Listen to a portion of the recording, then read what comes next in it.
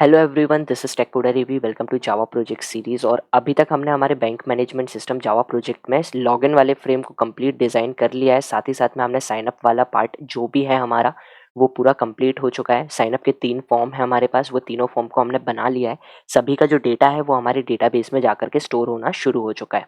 Project को कैसे अपने डेटाबेस के साथ कनेक्ट करना है, जेडीबीसी के कनेक्टिविटी के थ्रू हमने हमारे डेटाबेस के साथ में प्रोजेक्ट को कैसे कनेक्ट किया, वो सारी चीज़ें भी मैंने आपको अच्छे से एक्सप्लेन कर दी हैं। ठीक है, अगर आपने प्रीवियस वीडियोस नहीं देखी है तो आप जाकर के देख सकते हो। चैनल पर सारी वीडियोस अवेलेबल है। प्लेलिस्ट की लिंक आपको डिस्क्रिप्शन बॉक्स में मिल रही होगी।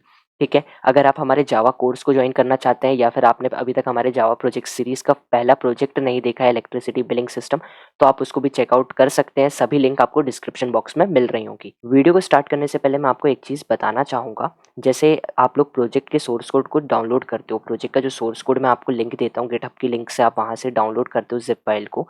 वो जो फाइल को आप डाउनलोड करते हो उस प्रोजेक्ट में, उस सोर्स कोड में आपको जो जार फाइल्स होती हैं उनको अपने प्रोजेक्ट की लाइब्रेरी में ऐड करना पड़ता है। जैसे हमने अभी तक कैलेंडर क्लास को भी ऐड करवाया, कनेक्शन के लिए जेडीबीसी कनेक्शन के लिए माईसीक्वल कनेक्टर को भी ऐड करवाया लाइब्रेरी के अंदर। तो ये सारी चीज़ें आपको ऐड करना पड़ती हैं, आपको खुद से ऐड करना होगी ये सारी चीज़ें। जब आप प्रोजेक्ट के सोर्स कोड को डाउनलोड करोगे तो ये सारी चीज़ें आपको ऐड करना होती हैं। अगर आप सोचो कि डायरेक्ट मैं प्रोजेक्ट को डाउनलोड कर लूँ और फिर मैं अपने आईडीई पर रन करना चाहूँ, तो ऐसा नहीं होता। आप कहीं से भी किसी भी पर्सन का किसी भी प्रोजेक्ट का सोर्स कोड अगर आप डाउनलोड करते हो तो जो लाइब्रेरीज़ होती हैं वो आपको ऐड करना ही पड़ेंगी आपके अकॉर्डिंग। ठीक है, अगर आप सोचो कि बिना ऐड करे मेरे को डायरेक्ट प्रोजेक्ट मिल जाएगा तो वो चीज़ नहीं होता। आपको जार फाइल्स को ऐड करना पड़ेगा। हाँ, अगर मैं आपको ईएक्सी फाइल दे रहा हूँ तो बात दूसरी हो जाती है। अगर मैं आपको ईएक्सी फाइल नहीं दे रहा हूँ, सोर्स कोड दे रहा हूँ आपको, तो जार फाइल्स जो होती हैं वो आपको ऐड करना पड़ती हैं खुद से। इसलिए मैं लिंक जो है डिस्क्रिप्शन बॉक्स में दे भी देता हूँ कि जो साथ साथ में बना रहे हैं उनके लिए तो है ही है, साथ में अगर कोई सोर्स कोड को डाउनलोड करता है तो वो आपको कैसे ऐड करना है प्रोजेक्ट में वो पता होना चाहिए। तो आज हमको क्या करना है, आज हम बनाएंगे हमारी डिपॉजिट क्लास को। डिपॉजिट क्लास को क्यों बनाएंगे, मेन स्क्रीन को क्यों नहीं बना रहे हैं, तो मैं आपको बताता हूँ। अगर आपने इंट्रोडक्शन वीडियो देखी है, नहीं देखी है तो चेकआउट कर लेना। आई बटन पे भी लिंक मिल जाएगा, डिस्क्रिप्शन बॉक्स में भी लिंक मिल जाएगा। अगर आपने फर्स्ट इंट्रोडक्शन वीडियो देखा था तो हमने जब अकाउंट को क्रिएट किया था, हमारे लॉगिन पेज से हम साइन अप पेज पे आए थे, तो फर्स्ट फॉर्म को भरा था साइन अप के लिए, फिर सेकंड फॉर्म को फिल किया था, फिर थर्ड फॉर्म को फिल किया था, फिर अब हमारे पास थर्ड फॉर्म को फिल करने के बाद सबमिट का ऑप्शन था। जब हमने अकाउंट ओपन करने के लिए सभी डिटेल्स को फिल कर दिया था, उसके बाद जैसे ही सबमिट पर क्लिक किया था तो हम रीडायरेक्ट कहाँ पर हुए थे, एटीएम मशीन पर। और वहाँ पर रीडायरेक्ट होने के बाद हमको डिपॉजिट करना था अमाउंट। क्यों? क्योंकि ज़ीरो बैलेंस से हमने अकाउंट नहीं ओपन करना, आपको पहले कुछ अमाउंट को डिपॉजिट करना पड़ेगा, है ना। तो वो चीज़ में उसी फॉर्मेट में हम चलेंगे। तो हमने साइन अप 3 तक का जो फॉर्म है, साइन अप 3 जिसको नहीं पता है क्लास कौन सी है, तो ये थर्ड साइन अप पेज है हमारा। इसको हमने लास्ट वीडियो में क्रिएट कर लिया था और इसका डेटा भी स्टोर करवा लिया था लास्ट वीडियो में। तो अब क्या करना है, अब हमको डिपॉजिट क्लास को बनाना है। अब डिपॉजिट क्लास को बनाने के लिए सबसे पहले हमको डिपॉजिट के लिए जावा क्लास को क्रिएट करना पड़ेगा। तो सिंपली जावा क्लास पर जाते हैं, न्यू पर जाके जावा क्लास को क्रिएट कर लेते हैं। यहाँ पर जो क्लास का नेम देने वाला हूँ वो मैं दूंगा डिपॉजिट। सिंपली मैंने यहाँ पर डिपॉजिट दे दिया, डी एक्चुअली स्मॉल कर दिया, मैं इसको कैपिटल कर लेता हूँ। ऑल्ट एंटर करके रीनेम कर दूंगा मैं अपनी क्लास को। ठीक है, तो ये हमारी जो क्लास है ये बनकर रेडी हो चुकी है। अब सबसे पहले हमारा क्या है, मेन फंक्शन को क्रिएट करना। तो मेन फंक्शन को बना लेते हैं। मेन फंक्शन को बनाने के बाद अब हमको क्या करना है, कंस्ट्रक्टर क्रिएट करना होगा, क्योंकि यहाँ पर भी फ्रेम बनाना है। तो कंस्ट्रक्टर हमारा जो होगा वो एज इट इज़ हमारे इस क्लास के नेम के अकॉर्डिंग होगा। तो डिपॉजिट नाम से हम कंस्ट्रक्टर को क्रिएट कर लेते हैं। यहाँ पर इसका ऑब्जेक्ट भी बना लेते हैं। यहाँ पर ऑब्जेक्ट भी बनकर रेडी हो चुका है। ठीक है, अब हमको फ्रेम बनाना है। तो सबसे पहले क्लास को एक्सटेंड करवा लेते हैं हमारे जे फ्रेम से। जे फ्रेम से हमने एक्सटेंड करवा लिया। जे फ्रेम से एक्सटेंड करवाने के बाद अब हमको हमारे फ्रेम का जो साइज़ है वो बताना होगा। तो यहाँ पर लेता हूँ मैं सेट साइज़। यहाँ पर सेट साइज़ का यूज़ करेंगे। फ्रेम का जो साइज़ है उसकी जो विड्थ होगी फ्रेम की वो होगी 1550। हाइट जो होगी वो होगी 1080। हाई साइज़ हो गया। अब इसके बाद हमको क्या करना है, लोकेशन सेट करना है। तो सेट लोकेशन कर लेते हैं। फ्रेम की जो लोकेशन है वो होगी y से 0, x से 0। ठीक है, क्योंकि ये हमारे पूरे फ्रेम पर आने वाला है, पूरी फुल स्क्रीन होगी ये, इसलिए। ठीक है, अब फ्रेम को विजिबल भी करवाना पड़ेगा। तो सेट विजिबिलिटी यहाँ पर ट्रू कर लेते हैं। ये सारी चीज़ें आपको याद हो गई होंगी क्योंकि मैंने इंट्रोडक्शन वीडियो में ही आपको बताया था, या फिर नहीं, इंट्रोडक्शन वीडियो मैंने नहीं बोला था, मैंने बोला था हमारे फर्स्ट क्लास में, लॉगिन क्लास में जब आप क्रिएट कर रहे थे, तो वहाँ पर मैंने बताया था कि ये सारी चीज़ों को हम इतनी बार यूज़ कर लेंगे, इतनी बार टाइप करेंगे कि एक प्रोजेक्ट खत्म होते होते तक आपको खुद ये सारी चीज़ें याद हो जाएंगी, है ना। तो अब क्या करना है, यहाँ पर हम सेट लेआउट का यूज़ करते हैं। सेट लेआउट का क्यों यूज़ करने वाले हैं, क्योंकि हम यहाँ पर अपने अकॉर्डिंग पूरा लेआउट बनाएंगे। डिफ़ॉल्ट लेआउट जो होता है वो होता है बॉर्डर लेआउट, है ना। डिफ़ॉल्ट जो जे फ्रेम का लेआउट होता है वो होता है बॉर्डर लेआउट। अब हमने यहाँ पर क्या किया, सेट लोकेशन कर लिया, सेट साइज़ कर लिया, सेट विजिबिलिटी को भी ट्रू करवा दिया। अब सबसे पहले हमको क्या करना होगा, हमको अब पिन नंबर को पास कराना होगा, पिन को पास करना होगा।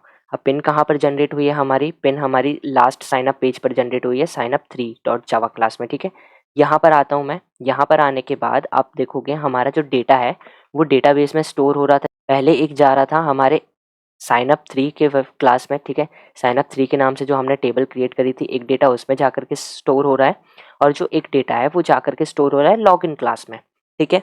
लॉगिन क्लास और इन दोनों में जब डेटा स्टोर हो जाएगा तब एक मैसेज डायलॉग ओपन होगा और उसमें हमारे कार्ड नंबर और पिन शो हो रहा था, ठीक है। तो सबसे पहले हमको क्या करना है, पिन को आगे फॉरवर्ड करवाना है। मतलब इस क्लास से हमको पिन भेजना है डिपॉजिट क्लास में, तो उसके लिए क्या करेंगे, अभी तक हमने क्या किया था, सिर्फ सेट विजिबिलिटी को फॉल्स किया था। बट अब हम सेट विजिबिलिटी को फॉल्स नहीं के साथ में हम यहाँ पर लिखेंगे न्यू डिपॉजिट क्लास। यहाँ पर डिपॉजिट लिखा, फिर उसके बाद यहाँ पर पास करवा देता हूँ मैं पिन। पिन कौन सा वाला पास करवाया, ये आप देख सकते हो यहाँ पर पिन जो है ना, ये ऊपर जो हमने पिन जनरेट किया है रैंडम नंबर, वो पिन है, ठीक है। ये चीज़ हो गया, इसको कर देते हैं क्लोज। यहाँ पर एरर आ रहा है, क्यों, क्योंकि हमने पिन को अभी यहाँ से सेंड किया। अब डिपॉजिट क्लास में हम जा करके अपने पिन को रिसीव कर लेंगे। तो इसके लिए मैं सिंपली फॉन्ट टेक्स्ट स्टाइल को थोड़ा सा फॉन्ट को इंक्रीज़ कर देता हूँ। फॉन्ट साइज़ इंक्रीज़ हो गया। यहाँ पर अब हमको लेना है स्ट्रिंग, और यहाँ पर भी मैं ले लेता हूँ पिन। जैसे ही मैंने यहाँ पर पिन लिया उसके बाद नीचे आते हैं, हमको लेना है स्ट्रिंग पिन। ग्लोबली डिक्लेयर तो स्ट्रिंग पिन होगा ना, और फिर इसके अंदर हमको लेना होगा this dot pin equals to pin, ठीक है। इसको कर देंगे क्लोज। तो ये जो पिन है ये हमारी आ चुकी है हमारे साइन अप 3rd क्लास से डिपॉजिट क्लास में। अभी भी एरर है, क्यों, क्योंकि नीचे ऑब्जेक्ट में हमको एम्प्टी स्ट्रिंग को पास करवाना होता है। तो ये एम्प्टी स्ट्रिंग भी पास हो गई, और जो हमारा एरर्स हैं वो सभी एरर्स रिमूव हो गए। अब जब भी हमारा यहाँ पर न्यू डिपॉजिट लिखने से क्या हुआ, जब भी अब हमारा सबमिट होगा फॉर्म, तो सभी डेटा जब हमारे डेटाबेस में स्टोर हो जाएगा, कार्ड नंबर पिन शो होगा मैसेज डायलॉग के थ्रू, और उसके बाद जैसे ही पर्सन ओके करेगा यूज़र हमारा मैसेज डायलॉग में, तो वो रीडायरेक्ट हो जाएगा अब हमारी डिपॉजिट क्लास को, ठीक है। डिपॉजिट क्लास में आ जाएगा। तो अब क्या करना है, अब हमको हमारे डिपॉजिट क्लास को डिज़ाइन करना है। तो सबसे पहले एटीएम मशीन का सिमुलेटर लेना पड़ेगा। तो पहले एक बार मैं अपनी क्लास को रन कर लेता हूँ। फ्रेम का साइज़ देख लेते हैं कैसा आ रहा है। फ्रेम का साइज़ है वो पूरी फुल स्क्रीन में आ रहा है, बिल्कुल परफेक्टली आ रहा है, ठीक है, बिना किसी टेंशन के। इसको मैं अभी कर देता हूँ क्लोज, और अब करते हैं डिज़ाइन हम हमारे फ्रेम को। सबसे पहले हमको हमारी एटीएम मशीन का लेआउट चाहिए। एटीएम मशीन का लेआउट कैसे आएगा, इमेज के लेना पड़ेगी, ठीक है। तो उसके लिए क्या करेंगे, image icon i1 equals to new image icon. इसके अंदर पास करा दूंगा मैं क्लास लोडर, ठीक है। फिर लेंगे get system resource, 1 second, get system resource, और यहाँ पर पास करना पड़ेगा हमारे इमेज का यूआरएल। तो इमेज कहाँ पर है, आइकन फोल्डर के अंदर, ठीक है। इसके बाद इमेज का जो नेम है वो मैं एक बार चेक कर लेता हूँ। हाँ, डिपॉजिट क्लास में एरर है, ठीक है। यहाँ पर है ATM2 के नाम से, हमारी जो इमेज है वो है ATM2 के नाम से। सिंपली मैं यहाँ पर ATM2 ले लेता हूँ। यहाँ पर ATM2, और जो इसका फॉर्मेट है वो है PNG, ओके। इसको कर दिया क्लोज। जब इसको ले लिया, अब हमारे इमेज को स्केल करवाना होगा। तो उसके लिए क्या करते हैं, इमेज, सिंपली इमेज, यहाँ पर मैं देता हूँ i2 इक्वल्स टू, इमेज को स्केल आकर, इमेज जो हमने हमारी सिस्टम मेमोरी में से निकाल कर स्टोर करवाई है किसके अंदर, i1 के अंदर। तो क्या करेंगे, i1 dot get system resource, sorry get image करना पड़ेगा। यहाँ पर गेट इमेज करना पड़ेगी, i1 के अंदर से इमेज को निकाल लिया। अब करेंगे गेट स्केलर इंस्टेंट। विड्थ जो है हमारी इमेज की, जो विड्थ होगी वो होगी 1550, जो कि हमारी फ्रेम की भी विड्थ है। हाइट होगी 830, ठीक है, हाइट होगी 830, और फिर इमेज को कर देंगे स्केलर डिफ़ॉल्ट। यहाँ पर हो गई इमेज हमारी स्केलर डिफ़ॉल्ट, ओके। अब यहाँ पर क्या करना है, वापस इमेज को इमेज आइकन में स्केल होने के बाद इमेज आइकन में कन्वर्ट करना पड़ेगा। तो image icon i3 equals to new image icon, और यहाँ पर ले लूँगा i2, इसको कर देते हैं क्लोज। अब इस इमेज को हम डायरेक्ट हमारे फ्रेम पर नहीं सेट कर सकते, तो उसके लिए क्या करना पड़ेगा, इमेज को लेंगे हम लेबल के थ्रू, जे लेबल यहाँ पर लेते हैं L3 equals to new J label, यहाँ पर मैं लेता हूँ I3 को कर दिया क्लोज, और L3 को मैं करा दूंगा सेट बाउंड, क्योंकि हमको हमारे फ्रेम पर कहाँ इमेज चाहिए वो भी डिसाइड करना होगा। तो x से जो होगा वो होगा 0, y से होगा 0, विड्थ सेम जो हमने स्केल करने में ली है 1550, और जो हाइट होगी वो होगी 830 ऐड कर लेंगे। सिंपली ऐड किया हमने L3 को और इसको कर दिया क्लोज। अब जब हम हमारे फ्रेम पर हमारे कोड को रन करेंगे तब हमारे फ्रेम पर जो इमेज है वो बिल्कुल परफेक्टली हमारी स्क्रीन पर विजिबल हो जाएगी। हमारी जो इमेज है फ्रेम की वो बिल्कुल परफेक्टली दिख रही है, ठीक है। हमारे जो इमेज है वो बिल्कुल सही से आ चुकी है। अब इसके अंदर क्या क्या चाहिए वो डिज़ाइन करते हैं, ठीक है। यहाँ पर सबसे पहले हमको चाहिए होगा लेबल। वापस आते हैं इंटेलिजेंट आइडिया पर, उस फ्रेम को मैंने क्लोज कर दिया। यहाँ पर आते हैं, यहाँ पर लेंगे वापस जे लेबल, यहाँ पर लेता हूँ मैं label 1 equals to new J label. इसके अंदर पास करना पड़ेगा जो भी टाइटल हमको शो करवाना है फ्रेम पर। तो यहाँ पर मैं क्या शो करवाता हूँ, यहाँ पर मैं दिखा दूंगा enter amount you want to deposit, ऐसा दिखाते हैं, ठीक है। इसको पूरा कैपिटल में लेंगे, कैप्स लॉक ऑन।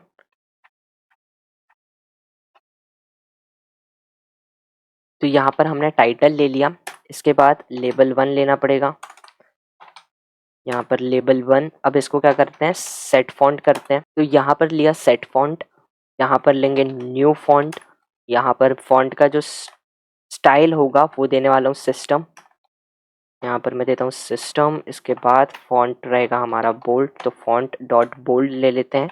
इसके बाद नेक्स्ट हमारे पास है फॉन्ट का साइज़। फॉन्ट का साइज़ हो जाएगा 16 हमारे फॉन्ट का जो साइज़ है वो हो गया। अब इसके बाद हमको क्या लेना पड़ेगा, हमको हमारे जो फॉन्ट है उसको सेट बाउंड करना पड़ेगा। क्यों? क्योंकि फॉन्ट का जो हमारा लोकेशन है वो भी बताना होगी।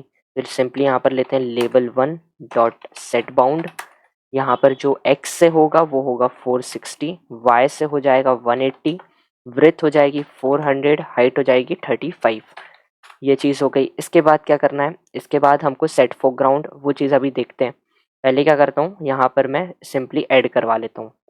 तो यहाँ पर हमको इसको ऐड कैसे करवाना है, अब सबसे बड़ी चीज़, अगर आप सिंपली यहाँ पर ऐड लेते हो, जैसे मैं यहाँ पर ऐड लेता हूँ और यहाँ पर लेबल 1 को ऐड कर देता हूँ, तो क्या होगा, हमारा जो लेबल है वो फ्रेम पर विजिबल होता है कि नहीं होता है वो देखते हैं। क्लास रन हो चुकी है, क्लास हमारे सामने आ चुकी है। तो आप यहाँ पर देखो हमारा जो लेबल है वो हमारे फ्रेम पर कहीं नहीं दिख रहा। क्यों नहीं दिख रहा? क्योंकि वो जो लेबल है वो कहाँ पर ऐड हुआ, फ्रेम के ऊपर ऐड हुआ है ना। बट हमको फ्रेम के ऊपर इमेज है, उस इमेज के ऊपर लेबल को स्टोर कराना है, शो करवाना है। तो क्या करेंगे हम, यहाँ पर सिंपली ले लेता हूँ मैं L3 डॉट एड और लेबल 1। तो हमारा जो ये लेबल है ये हमारी इमेज के ऊपर शो होगा, ठीक है। तो अब क्लास को रन करते हैं, तो अब आपको देखो परफेक्टली हमारा enter amount you want to deposit बिल्कुल परफेक्टली दिखेगा। ये देखो आप देख सकते हो, ये जो हमारा enter amount you want to deposit ये आ रहा है, बट कलर जो है वो ब्लैक है, क्योंकि फॉन्ट का जो डिफॉल्ट कलर होता है जावा का वो होता है स्विंग में ब्लैक कलर, ठीक है। तो हमको क्या करना पड़ेगा, कलर को भी चेंज कर देते हैं। तो लेबल 1 डॉट कलर, कुछ फॉन्ट स्टाइल को चेंज कर, फॉन्ट के कलर को चेंज करने के लिए सेट फोरग्राउंड का यूज़ करते हैं। सिंपली यहाँ पर सेट फोरग्राउंड ले लेता हूँ और यहाँ पर मैं लेता हूँ कलर डॉट वाइट। सिंपली मैंने कलर डॉट वाइट ले लिया। अब जब क्लास को रन करता हूँ तो अब देखते हैं डिपॉजिट वाला जो पार्ट है वो बिल्कुल सही से दिख रहा है फ्रेम पर या फिर नहीं।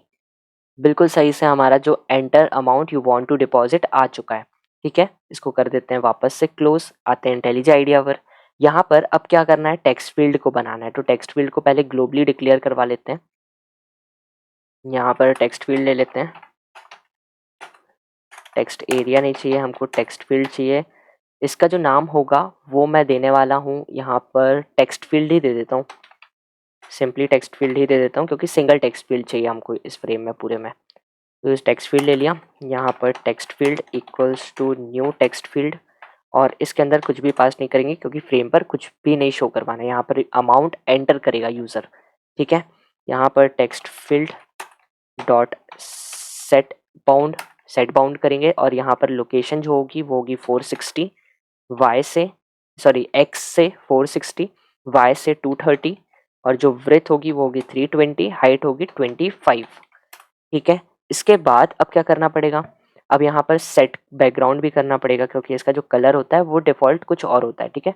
तो हमको कुछ और चाहिए, तो वो दिखाऊँगा मैं। पहले क्या करते हैं, यहाँ पर text field dot set font, new font, और यहाँ पर हमारा जो फ़ॉन्ट का स्टाइल जो है वो नेम दे देते हैं, रेलवे।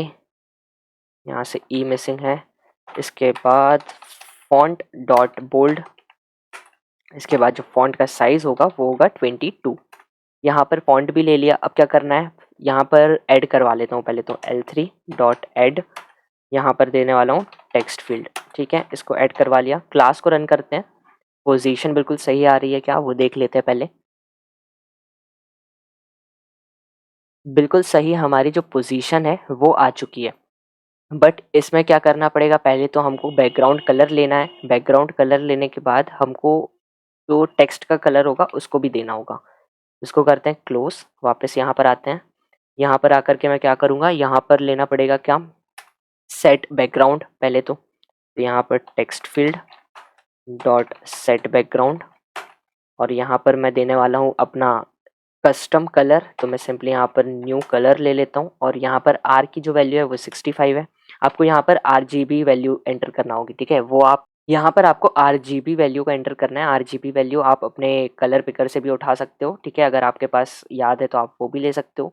और अगर ये सारी चीज़ें नहीं करना है तो सिंपली आप यहाँ पर कलर ये वाला डाल देना जो मैं अभी डाल रहा हूँ, या कोई और भी कलर सेलेक्ट कर लेना।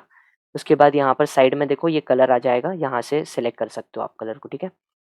अब क्या करना है, अब यहाँ पर नेक्स्ट हमारे पास फ़ॉन्ट का कलर चेंज करना है। तो क्या करते हैं, text field dot set foreground, यहाँ पर सेट फोरग्राउंड, और जो कलर होगा वो होगा वाइट। तो कलर डॉट वाइट कर देता हूँ, ठीक है?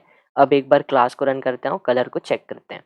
क्लास हमारी रन हो चुकी है। अब आप देखो कलर जो है वो बिल्कुल परफेक्ट आया जैसा हमको चाहिए था, और जो अमाउंट में जो लेटर आ रहे हैं वो वाइट कलर से आ रहे हैं, ठीक है? तो ये फ्रेम भी हमारा बिल्कुल सही दिख रहा है। अब क्या करना है, इसके बाद अब हमको बटन चाहिए। बटन कितनी चाहिए, 2 बटन चाहिए। एक होगी डिपॉज़िट करने के लिए और एक होगी बैक करने के लिए, ठीक है? तो यहाँ पर आते हैं, ग्लोबली डिक्लेयर करवाते हैं इनको। जे बटन, पहली बटन मैं ले लेता हूँ B1 के नाम से जो कि होगी डिपॉज़िट बटन, और फिर दूसरी ले लेता हूँ B2 के नाम से जो होगी बैक के लिए बटन, ठीक है? नीचे आते हैं, यहाँ पर टेक्स्ट फील्ड के नीचे बनाएँगे। तो यहाँ पर B1 is equals to new J button, और इसको करते हैं क्लोज़। यहाँ पर विज़िबल होगा डिपॉज़िट, तो सिंपली मैंने यहाँ पर ले लिया डिपॉज़िट। डिपॉज़िट लेने के बाद इसको करूँगा B1 डॉट सेट बाउंड, यहाँ पर सेट बाउंड करते हैं, और x से जो वैल्यू होगी वो होगी 700, y से 362, ठीक है? फिर विड्थ 150, हाइट 35। इसके बाद B1 dot set font, set font नहीं करेंगे, यहाँ पर सेट फॉन्ट की ज़रूरत नहीं है हमको। तो हम क्या कर देते हैं, एक काम करते हैं, बैकग्राउंड कलर दे देते हैं मैचिंग हमारी टेक्स्ट फील्ड से, और फिर उसके बाद जो फॉन्ट का कलर है वो भी दे देते हैं। Simply B1 dot set background, अच्छा 2 बार B1 ले लिया हमने, बी एक बार रिमूव कर देते हैं। Simply set background, new colour, और मैं क्या करूँगा, ये वाला जो हमने टेक्स्ट फील्ड के लिए जो कलर लिया है सेम उसको दे दूँगा। तो R65, 125 और 128। अब यहाँ पर नंबर दे दिया। फिर क्या करते हैं, B1 dot set foreground, simply set foreground करते हैं, और यहाँ पर जो कलर होगा टेक्स्ट का वो होगा वाइट। यहाँ पर एक्चुअली कलर लेना है, कलर डॉट वाइट, ये क्यों नहीं आ रहा, हाँ क्या, ठीक है? ये वाइट हो गया। अब इसके बाद हमको क्या करना है, सिंपली ऐड करवा लेना है। लेकिन ऐड करवाने के साथ साथ मैं क्या करता हूँ, चलो एक्शन लिस्टनर लगा ही देते हैं। तो यहाँ पर B1 dot add action listener को कर दूंगा मैं, और यहाँ पर कर देते हैं दिस, ठीक है? यहाँ पर एरर शो हो जाएगा तो कोई दिक्कत नहीं, एक काम करो रिमूव कर दो इसको, कमेंट आउट कर दो, अपन बाद में अनकमेंट कर लेंगे, ठीक है? क्योंकि फिर बाद में भी ऐड करवाना पड़ेगा ना, इसलिए अभी करवा लेते हैं। यहाँ पर L3 डॉट ऐड, और फिर यहाँ पर L1 की जगह, L1 नहीं B1, ठीक है? ये B1 ले लिया। अब क्या करते हैं, कैंसिल बटन को भी बनाना है, तो इसको सिंपली मैं करूँगा यहाँ से कॉपी, और नीचे ला करके कर दूंगा पेस्ट। यहाँ पर ये B1 नहीं होगा, अब हो जाएगा यहाँ पर B2। तो सभी जगह पर चेंजेस कर देते हैं, ये हो गया B2, और यहाँ पर भी कर दिया B2। अब यहाँ पर डिपॉज़िट की जगह हमको शो करवाना है बैक। सिंपली यहाँ पर बैक दे देते हैं, पास करवा देते हैं और यहाँ पर जो कलर वगैरह है वो सब कुछ सेम रहेगा। पोज़ीशन जो है वो चेंज हो जाएगी। एक्स से जो है वो सेम होगी, वाई से चेंज होके हो जाएगी 406। विड्थ जो है वो सेम होगी, हाइट जो है वो सेम रहेगी। ठीक है, कलर वगैरह सब कुछ सेम रहेगा। अब बटन्स की पोज़ीशन जो है बिल्कुल सही आई है या फिर नहीं आई है वो चेक कर लेते हैं। कोड को रन किया, क्लास हमारी रन हो चुकी है। आप देख सकते हो डिपॉज़िट बटन जो है वो बिल्कुल परफेक्टली आ चुकी है, बैक बटन भी जो है बिल्कुल परफेक्टली आ चुकी है। आप देखो यहाँ पर जो ये फ्रेम में साइड में एरो बटन्स हैं, एटीएम मशीन में, उनके जस्ट सामने हमारी बटन्स आई हैं। ये बढ़िया है ना? बिल्कुल सामने आ रही हैं। फ्रेम हमारा इतना ही था डिपॉज़िट वाला, फ्रेम हमारा बनकर रेडी हो चुका है, इतना काम था फ्रेम के लिए। ठीक है, अब क्या करते हैं, डेटा को स्टोर करवाते हैं। डेटा को हम हमारे डेटाबेस में स्टोर करवाएँगे, ठीक है? जो भी अमाउंट एंटर होगा, वो अमाउंट जाकर के कहाँ पर स्टोर होगा? हमारे वर्कबेंच में, टेबल के अंदर, ठीक है? तो उसके लिए करते हैं, पहले एक्शन परफॉर्म से ओवरराइड करवाना पड़ेगा और इम्प्लीमेंट करना पड़ेगा एक्शन लिसनर को। यहाँ पर एक्शन लिसनर को इम्प्लीमेंट कर लेते हैं और यहाँ पर कंस्ट्रक्टर के नीचे और हमारी मेन फंक्शन के ऊपर यहाँ पर एक्शन परफॉर्म से ओवरराइड करवा लेते हैं। ठीक है, यहाँ पर ओवरराइड हो चुका है और अब क्या करते हैं, अब चलते हैं माईसीक्वल वर्कबेंच पे और सबसे पहले टेबल को क्रिएट करते हैं। ठीक है, तो हम आ चुके हैं हमारे माईसीक्वल वर्कबेंच के अंदर। तो माईसीक्वल वर्कबेंच के अंदर सबसे पहले आने के बाद हमारा काम क्या होता है, हमारे यूज़ बैंक सिस्टम इस कमांड को रन करना होता है और अब हम हमारी टेबल को क्रिएट कर सकते हैं और वो जो भी टेबल को क्रिएट करेंगे वो किसके अंदर स्टोर होगी, हमारे बैंक सिस्टम के अंदर, बैंक सिस्टम डेटाबेस के अंदर। ठीक है, तो यहाँ पर हमारे जो टेबल है वो क्रिएट करना है, तो सिंपली क्या करते हैं, क्रिएट टेबल का यूज़ करूँगा मैं यहाँ पर क्रिएट टेबल का यूज़ किया। इसको यूज़ करके हम क्या करेंगे, हमारी टेबल को क्रिएट करेंगे। तो टेबल का नेम क्या होने वाला है, वो होगा बैंक। सिंपली मैं यहाँ पर बैंक दे देता हूँ और यहाँ पर अब कॉलम्स को देना पड़ेगा। तो सबसे पहला जो कॉलम होगा वो होगा पिन नंबर का। ये हमारी पिन नंबर पता होगी। फिर वैरचर लेते हैं और यहाँ पर पास कर देता हूँ मैं 10, कॉमा। फिर इसके बाद सेकंड जो कॉलम होगा वो होगा डेट, क्योंकि हमको डेट भी स्टोर करवानी है। वैरचर लेते हैं, इसके अंदर मैं पास कर दूंगा यहाँ पर 50। ओके, इसको क्लोज किया। फिर आते हैं टाइप। टाइप के अंदर हम यहाँ पर लेने वाले हैं, 1 सेकेंड, आ गया, सिंपली टाइप और फिर वापस यहाँ पर वैरचर और इसके अंदर मैं पास करवाने वाला हूँ 20। ठीक है, नेक्स्ट हमारे पास आएगा अमाउंट की, पर्सन कितना अमाउंट डिपॉजिट कर दिया है या डिपॉजिट कर रहा है, तो वो होगा अमाउंट। फिर यहाँ पर लेते हैं वैरचर और यहाँ पर मैं पास कर दूंगा 20। इसको किया, इसको करते हैं क्लोज। ये पूरे इस लाइन को मैं करता हूँ सिलेक्ट। ठीक है, और इस कमांड को मैं कर दूंगा रन। सिंपली मैंने इसको रन किया, हमारी जो टेबल है वो क्रिएट हो चुकी है। टेबल को एक बार देख लेते हैं। Select select star from bank, इसको कर दिया क्लोज। इस लाइन को पूरा करता हूँ मैं सिलेक्ट और इस लाइन कोड को रन करता हूँ। कमांड जैसे ही रन हुआ, हमारी टेबल में पहला कॉलम पिन का है, फिर डेट का है, फिर टाइप है, फिर है अमाउंट। ठीक है, अब वापस चलते हैं हमारे माईसीक्वल वर्कबेंच पे और डेटा को स्टोर करवाते हैं। हम आ चुके हैं वापस से हमारे माईसीक्वल वर्कबेंच पर और माईसीक्वल वर्कबेंच पर आने के बाद अब हमको क्या करना होगा, सबसे पहले लेता हूँ स्ट्रिंग अमाउंट। ठीक है, क्यों? क्योंकि हमको जो भी डेटा एंटर किया है, जो भी टेक्स्ट फील्ड में अमाउंट एंटर हुआ है, पहले हमको उसको गेट करना पड़ेगा, पहले निकालना पड़ेगा उस टेक्स्ट फील्ड से। ठीक है, तो क्या करते हैं, नीचे आता हूँ, यहाँ पर मैं बनाऊंगा स्ट्रिंग अमाउंट इक्वल्स टू, यहाँ पर मैं लूँगा T1 डॉट, यहाँ पर करते हैं T1 नहीं, टेक्स्ट फील्ड के नाम से बनाया है, T1 तो पिछली क्लास में लिया था। इसको text field dot gate text कर देंगे और इसको कर देता हूँ क्लोज। इसके बाद अब हमारे पास होगा नेक्स्ट डेट का ऑप्शन। डेट का ऑप्शन क्यों? क्योंकि किस टाइम पर और किस डेट को डिपॉजिट हो रहा है वो भी स्टोर करवाना है।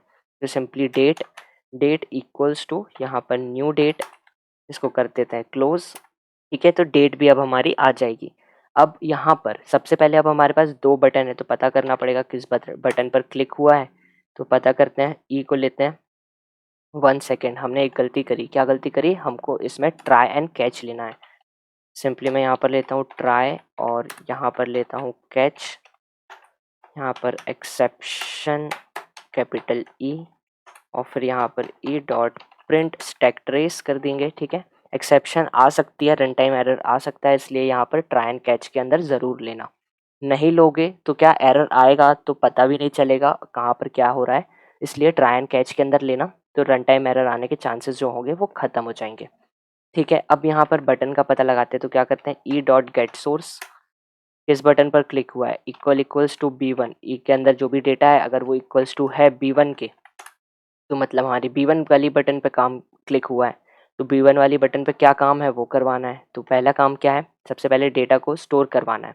तो डेटा को स्टोर करवाने से पहले सबसे पहले हमको ये चेक करना पड़ेगा कि जो अमाउंट जो एंटर किया है यूज़र ने, वो करेक्ट अमाउंट है, मतलब अमाउंट जो है वो एंटर हुआ है कि नहीं हुआ। अगर बिना अमाउंट एंटर किए यूज़र ने डिपॉजिट बटन क्लिक करी तो उसको क्या एरर शो होगा, है ना। तो उसके लिए क्या करते हैं, यहाँ पर मैं इफ़ लूँगा, यहाँ पर लेता हूँ टेक्स्ट फील्ड, यहाँ पर टेक्स्ट फील्ड लेने के बाद यहाँ पर करेंगे गेट टेक्स्ट और डॉट इक्वल्स, और इसके अंदर पास कर दूंगा एम्प्टी स्ट्रिंग को। ठीक है, अगर हमारा टेक्स्ट फील्ड खाली है, टेक्स्ट फील्ड के अंदर कोई भी डेटा नहीं है, तो J option pane and show message dialog की हेल्प से यूज़र को मैसेज मिल जाएगा। वो मैसेज क्या होगा, पहले तो नल पास करते हैं, फिर जो मैसेज होगा वो डबल कोट्स के अंदर आएगा, और मैसेज क्या होगा, please enter the amount you want to deposit, ऐसा देते हैं। ठीक है, तो जब भी अब हमारा यूज़र बिना अमाउंट को एंटर किए डिपॉजिट पर क्लिक करेगा तो उसको ये मैसेज विजिबल होगा। ठीक है, अब अगर अमाउंट एंटर किया है तो हमारा कंडीशन जो होगी वो चली जाएगी एल्स पर, और एल्स पर जाने के बाद डेटा को स्टोर करवाना है। तो डेटा को कैसे स्टोर करवाएंगे, पहले तो कॉन क्लास का ऑब्जेक्ट बना लेते हैं, con C is equals to new connection. ठीक है, फिर इसके बाद हमको क्या लेना है, हमारी क्वेरी को चलाना है। तो क्वेरी को पहले अब हम स्ट्रिंग वगैरह पे कहीं पर अपलोड नहीं करेंगे, स्टोर नहीं करवाएंगे, डायरेक्ट हम एग्जीक्यूट करेंगे। तो कैसे लेंगे, सी इज इक्वल्स टू, नहीं इक्वल्स टू नहीं लेंगे, सी डॉट स्टेटमेंट डॉट, उसके बाद क्या, हमको हमारी वैल्यूज़ को टेबल में इंसर्ट करना है। तो उसके लिए क्या करते हैं, एग्जीक्यूट अपडेट। ठीक है, और यहाँ पर अब हम डबल इन्वर्टेड कॉमा के अंदर हमारे कमांड को लिखेंगे। ठीक है, पहले हम क्या कर रहे थे, एक अलग से क्वेरी नाम से स्ट्रिंग बना रहे थे और फिर उसके अंदर स्टोर करवा रहे थे और फिर उसको रन कर रहे थे। तो अब हम क्या करेंगे, डायरेक्ट पास कर सकते हैं। ये मैं बताने के लिए कर रहा हूँ आप लोगों की कि अलग से नहीं भी अगर आप बनाते हो, जैसे ये दिखाता हूँ मैं यहाँ पर, जैसे हम साइन अप 3 क्लास में आए, जैसे हम साइन अप 3 क्लास में आए और यहाँ पर आने के बाद आप देखो कि स्ट्रिंग Q1 के अंदर हमने ये कमांड को लिखा था, इंसर्ट इनटू टेबल नेम, ठीक है, वैल्यूज़। तो ये किसके अंदर लिखा था, हमने एक अलग से स्ट्रिंग Q1 के नाम से बनाई थी और फिर उसको एग्जीक्यूट अपडेट के अंदर Q1 को पास कर रहे थे। तो आप अगर ऐसा भी लिख सकते हो, और अगर ऐसे नहीं लिखना है आपको, अलग से स्ट्रिंग नहीं बनाना है, तो आप यहाँ पर एग्जीक्यूट अपडेट के अंदर डायरेक्ट डबल कोट्स के अंदर भी स्ट्रिंग को लिख सकते हो। सिंपली मैं यहाँ पर लेता हूँ इंसर्ट इनटू और फिर यहाँ पर टेबल का नेम बैंक और फिर वैल्यूज़। ठीक है, इसके बाद हम यहाँ पर ब्रैकेट लेंगे। हमारा जो पैटर्न है वो आपको याद हो चुका होगा, सिंगल कोट्स, डबल प्लस के साइन, और फिर इसके अंदर नेम देना है। ठीक है, तो नेम क्या है, पिन, सिंपली पिन दिया, कॉमा, फिर नेक्स्ट ले लेते हैं। नेक्स्ट है हमारी डेट, तो डेट को ले लिया, फिर कॉमा देता हूँ मैं यहाँ पर। डेट के बाद अब जो नेक्स्ट है हमारे पास वो होगा डिपॉजिट। डिपॉजिट को हम सिंगल कोट, डबल प्लस का साइन इस फॉर्मेट में नहीं लेंगे, उसको हम क्या करेंगे, सिर्फ सिंगल कोट्स के अंदर लेंगे, और यहाँ पर मैं देता हूँ डिपॉजिट। अब आप सोचोगे कि ये हमने यहाँ पर डिपॉजिट क्यों लिया, इस डिपॉजिट को सिंगल कोट के अंदर क्यों लिया, क्योंकि ये पिन जो है ये हमारा ऊपर से आ रहा है, डेट हमारी ऊपर से आ रही है। अब हमको डिपॉजिट, एक कॉलम हमने बनाया हुआ है हमारी टेबल के अंदर टाइप नाम से, उस टाइप वाले कॉलम के अंदर जाकर के ये डिपॉजिट स्टोर होगा। अगर मैं इस डिपॉजिट की जगह कुछ और लिख दूँ सिंगल कोट में, तो वो एज इट इज़ जाकर के हमारी टेबल में स्टोर होगा। ठीक है, इसलिए हमने इसको सिंगल कोट में लिया है। अब आएगा हमारा अमाउंट, तो अमाउंट के लिए वापस हम double quote, single quote, double plus के साइन, और यहाँ पर पास कर दूंगा अमाउंट को। तो सिंपली यहाँ पर हम पास कर देते हैं अमाउंट को, यहाँ पर अमाउंट को पास कर दिया और इसको कर देते हैं क्लोज। अब यहाँ पर आप देखो हमारे पास कॉलम कितने थे, पिन, डेट, डिपॉजिट, अमाउंट, ये 3-4 कॉलम थे हमारे पास। ये चारों की जो वैल्यूज़ है वो अब जाकर के हमारी टेबल के अंदर स्टोर हो जाएगी। अब जो हमारी टेबल है, ठीक है, उसमें डेटा जाकर के स्टोर हो गया। अब स्टोर होने के बाद हमको क्या करना है, एक मैसेज दिखाना है यूज़र को, जहाँ पर यूज़र को पता चलेगा कि उसका जो डेट अमाउंट है वो डिपॉजिट हो चुका है, ठीक है। तो उसके लिए क्या करते हैं, जे ऑप्शन पेन का यूज़ करते हैं। J option pane dot show message dialog, यहाँ पर पहले नल पास करना पड़ेगा, फिर करेंगे मैसेज को पास। तो मैसेज में क्या पास करना है, सबसे पहले डबल कोट्स लेंगे और यहाँ पर मैं पास करूँगा RS मतलब rupees, capital R small s, ठीक है। फिर इसके बाद हमको प्लस का साइन, ये डबल कोट्स से बाहर लेना प्लस का साइन, ठीक है। यहाँ पर पास करना है अमाउंट, जो भी अमाउंट एंटर किया है यूज़र ने वो अमाउंट, और फिर वापस डबल कोट्स, ठीक है। और यहाँ पर देना शो करना है डिपॉजिट सक्सेसफुल, ठीक है। इसके लिए क्या करते हैं, अब जो हमारा अमाउंट है वो डिपॉजिट हो गया, मैसेज जो है वो शो हो जाएगा यूज़र को, ठीक है। तो अब क्या करना है, हमारा जो ये वाला जो फ्रेम है उसको करना पड़ेगा क्लोज और जाना पड़ेगा न्यू फ्रेम पर। तो न्यू फ्रेम तो अभी हमारे पास है नहीं, तो हम क्या करेंगे, सिंपली मैं क्या करता हूँ, यहाँ पर अभी सेट विजिबिलिटी को कर देता हूँ फॉल्स, जिससे हमारा जो फ्रेम है वो तो क्लोज हो जाएगा।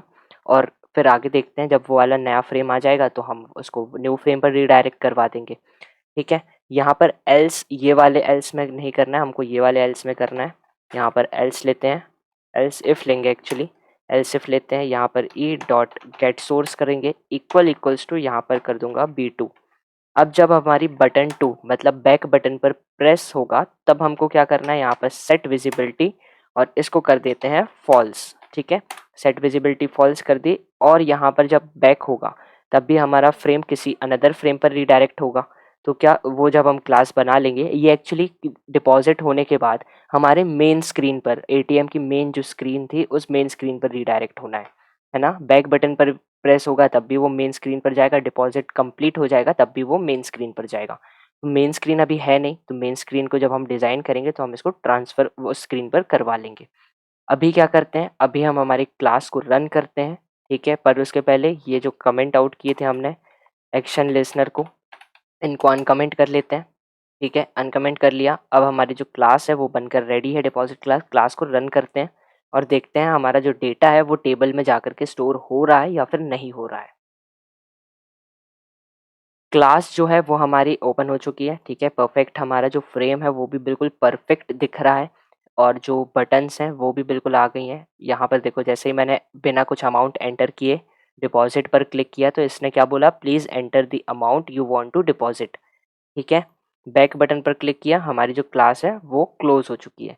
वापस एक बार क्लास को रन करता हूँ, क्लास हमारी रन हो गई। और अब क्या करेंगे, यहाँ पर मैं अमाउंट एंटर करता हूँ, मैं यहाँ पर 1000 रुपीज़ एंटर करता हूँ और मैं सिंपली डिपॉजिट पर क्लिक करता हूँ। जैसे ही मैंने डिपॉजिट पर क्लिक किया, आप देखो ₹1000 डिपॉजिटेड सक्सेसफुली का मैसेज जो है वो हमारे सामने आ गया। ओके पर क्लिक करूँगा, हमारा जो फ्रेम है वो क्लोज हो जाएगा, ठीक है। हमारा फ्रेम क्लोज हो चुका है। अब आपको एक चीज़ बताता हूँ, हमको यहाँ पर जो डिपॉजिट हुआ कैसे पता, क्यों, क्योंकि हमारा जो जावा होता है उसका जो कोड होता है वो लाइन बाय लाइन एग्जीक्यूट होता है, ठीक है। अगर हमारा डिपॉजिट हुआ है अमाउंट, मतलब हमारा जो डेटा है वो हमारी टेबल में जाकर के स्टोर हुआ है, तभी हमको मैसेज डायलॉग शो हो रहा है। अगर हमारा डेटा टेबल में स्टोर नहीं हुआ होता किसी भी कारण से, तो हमारा मैसेज डायलॉग हमको शो नहीं होता और हमारा फ्रेम जो है वो ओके करने के बाद क्लोज नहीं होता, ठीक है। मैं पहली बात तो क्लोज की तो बाद की बात है, जे ऑप्शन पेन की हेल्प से जो हम यहाँ पर मैसेज डायलॉग को शो करवा रहे हैं वो मैसेज डायलॉग ओपन ही नहीं होता अगर हमारा डेटा में टेबल में डेटा जा करके स्टोर नहीं होता, ठीक है। अब जो डेटा है वो स्टोर हुआ है या फिर नहीं हुआ है, तो माइसिकल वर्क बेंच पर चलते हैं। तो हम आ चुके हैं माइसिकल वर्क बेंच पर, और यहाँ पर मैं क्या करता हूँ, सेलेक्ट स्टार फ्रॉम करके इसको करूँगा रन, ठीक है। जैसे ही मैंने रन किया आप देख सकते हो यहाँ पर हमारा जो डेटा है वो टेबल में आ चुका है। अमाउंट 1000 रुपीज़ आ चुका है, टाइप डिपॉजिट है, ठीक है। और जो हमारा टाइम है वो भी बिल्कुल परफेक्टली आ चुका है। आप देख सकते हो आज वेडनेसडे है, मार्च 1 है, ठीक है। टाइम जो है वो भी बिल्कुल परफेक्ट है, सेकंड्स में है, ठीक है। और ईयर जो है वो भी बिल्कुल परफेक्ट है। डेट और टाइम जो है वो हमारा परफेक्टली हमारी टेबल में आकर के स्टोर हो चुका है। पिन वाला कॉलम ब्लैंक है, क्यों पिन वाला कॉलम जो ब्लैंक क्यों है, क्योंकि अभी हमारा जो पिन है वो हमारे साइन अप 3 क्लास से फॉरवर्ड होके आ रही है। तो अभी क्या करते हैं, एक बार पूरा अकाउंट जो है क्रिएट करते हैं और सभी डेटा हमारे टेबल्स में आकर के स्टोर हो रहा है या फिर नहीं हो रहा है वो चेक करते हैं। तो अब हम वापस आ चुके हैं हमारे इंटेलिजे आइडिया पर, तो हमको क्या करना है, अब हम एक बार पूरे कोड को रन करेंगे पूरे मेन क्लास से। मेन क्लास कौन सी है हमारी? लॉगिन क्लास है, जहाँ से हमारा जो सिस्टम है बैंक मैनेजमेंट सिस्टम वो रन होगा। तो कहाँ से होगा? सबसे पहले लॉगिन क्लास आएगी, वहाँ से यूज़र लॉगिन कर पाएगा। अगर लॉगिन नहीं करना चाहता, अकाउंट क्रिएट करना चाहता है, तो वहाँ से वो अकाउंट को भी क्रिएट कर पाएगा। तो मेन क्लास कौन सी है हमारे प्रोजेक्ट की? लॉगिन क्लास है, ठीक है। अब यहाँ पर लॉगिन क्लास में आते हैं। यहाँ पर आप हमने बटन 1 का काम जो था वो नहीं करवाया है, इसको अभी हम नहीं करवाएंगे। क्यों? क्योंकि जब हमारे जो एटीएम का मेन मशीन वाला पार्ट बन जाएगा, तब हम लॉगिन वाला काम करवाएंगे, ठीक है। हो सकता है नेक्स्ट वीडियो में हम करवा लें, अभी इस वीडियो में नहीं करवाएंगे। इस वीडियो में हम साइन अप पेज पर रीडायरेक्ट करेंगे। जब हमारा, एक बार मैं फ्रेम करके रन करके दिखाता हूँ। फ्रेम हमारा रन हो रहा है। यहाँ पर आप देख सकते हो साइन इन वाली जो बटन है, यहाँ पर जब यूज़र क्लिक करेगा तो लॉगिन हो जाएगा।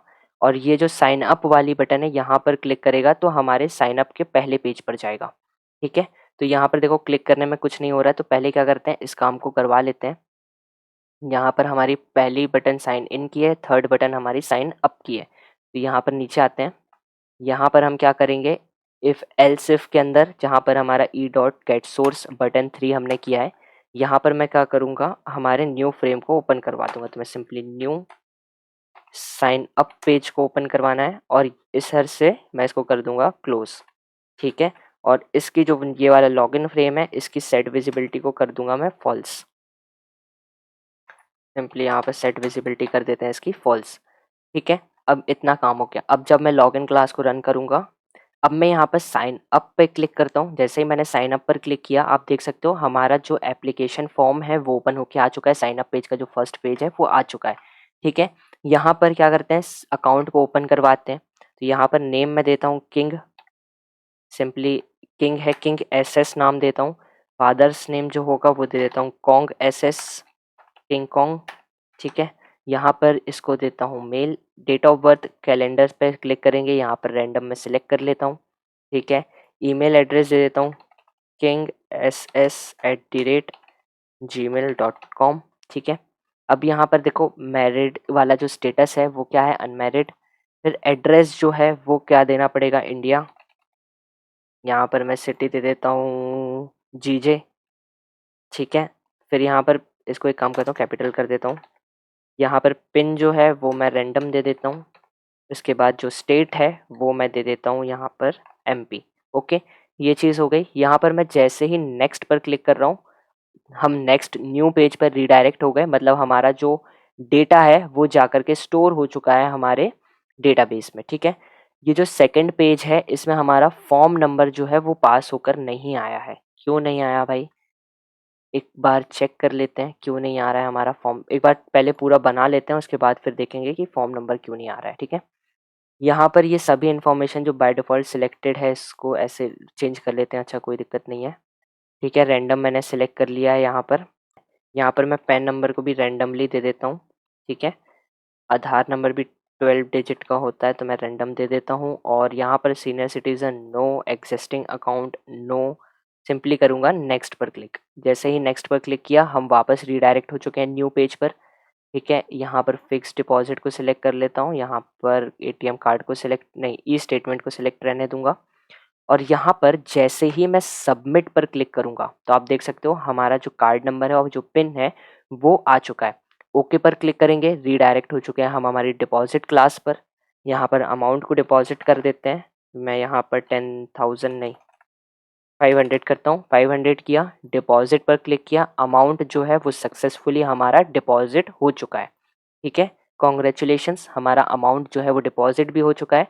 बट उसके पहले साइन अप 2 में हमारा जो फॉर्म नंबर है वो विजिबल नहीं हो रहा था। साइन अप 3 पर चेक किया था यार, वहाँ तो भूल गए। नहीं, ठीक है, एक बार देख लेते हैं, फिर से देख लेंगे। यहाँ पर चेक करते हैं हमने कहाँ पर लिया था फॉर्म नंबर। हाँ, ये हमने लिया था फॉर्म नंबर, हमने ये पास करवाया है हमारे साइन अप क्लास से, ठीक है। एक बार साइन अप क्लास को ओपन करते हैं। यहाँ पर पास हो रहा है ना? 1 सेकंड चेक कर लेता हूँ। यहाँ पर बिल्कुल पास हो रहा है हमारा, यहाँ से फर्स्ट पास हो रहा है एक्चुअली। हमने यहाँ पर किस नाम से लिया था? 1 मिनट, हमारा जो फॉर्म नंबर है वो फर्स्ट नाम से है ना? अब हमको यहाँ पर फर्स्ट नाम से भी पास करवा सकता हूँ और मैं यहाँ पर फॉर्म नंबर को भी पास करवा सकता हूँ। अब जो अमाउंट है, वो जो फॉर्म नंबर है वो विज़िबल होना चाहिए। तो मैं क्या करता हूँ, वापस से लॉगिन क्लास से आता हूँ।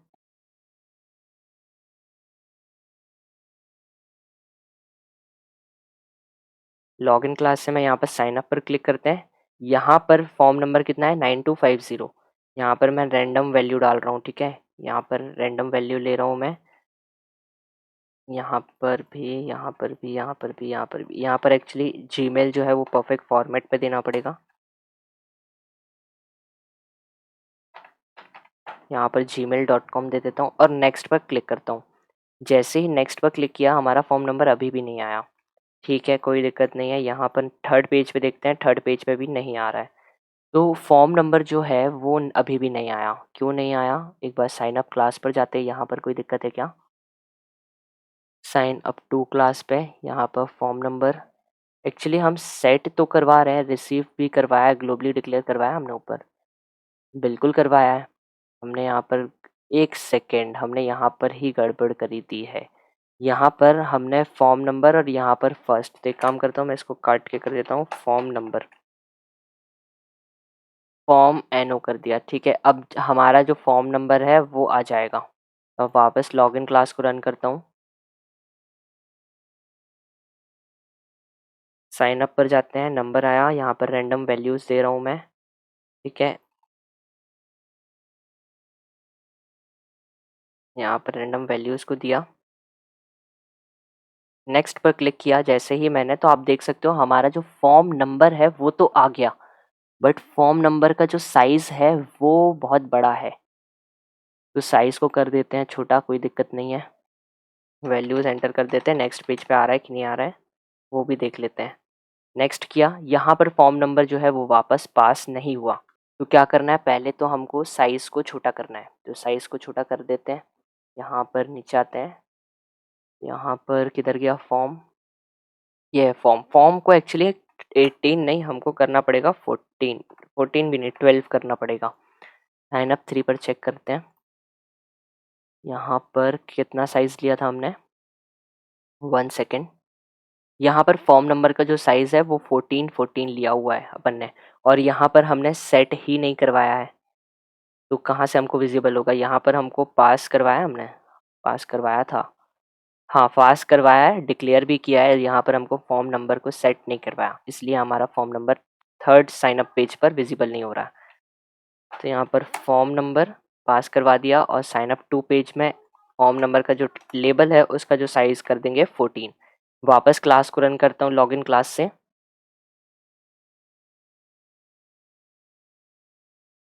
साइन अप पर जाते हैं, name tech coder, coder man, date of birth, email,